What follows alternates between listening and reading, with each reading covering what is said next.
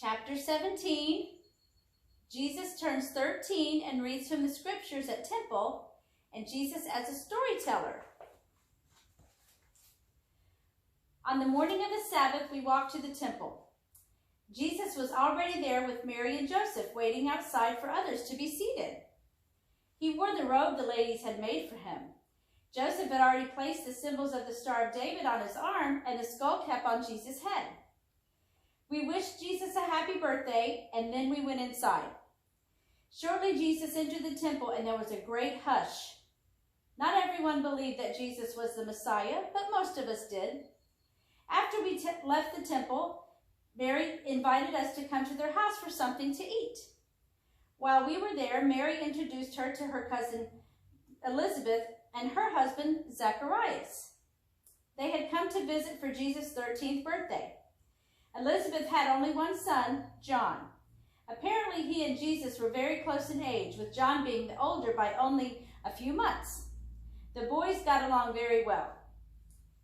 While the women were laying out the food they had prepared the day before, we men sat in the courtyard.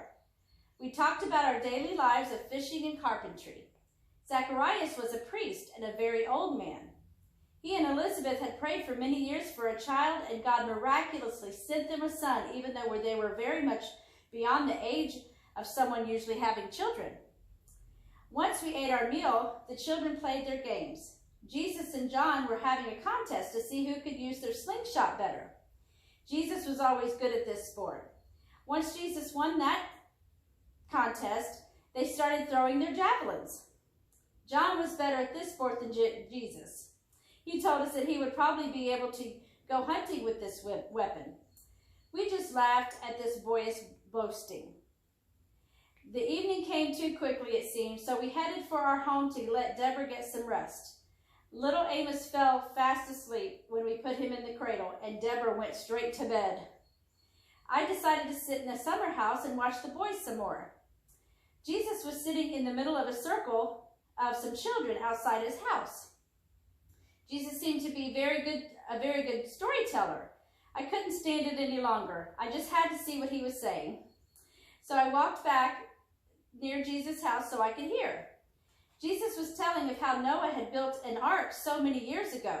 He explained in detail the animals that Noah chose to go into the ark. Jesus reminded the children that God told Noah just how to do this big task. He knew so many details. The summer of Jesus' 13th birthday had to be special for him. He was able to go stay with his cousin John for a few weeks. Mary really missed him, and this also left Joseph short-handed in the carpentry shop. But James was now 11 years old, and he could help out, so Joseph took him to the shop every day. Leah, Jesus' sister, was a big help to Mary in their home these days. Mary was teaching her how to cook and clean. Leah even baked a cake one day and brought it to my mama. She kind of thought of my mama as her grandmother, since Mary's parents died after Mary was married to Joseph, and Joseph's parents lived far away, so Leah rarely got to see them. It looked as if Mary was carrying yet another child, and Leah told us she was hoping for a new baby sister. She said she and Mary thought they were outnumbered in the house with all these boys around. So she asked us to help her pray for another baby girl and not a baby boy.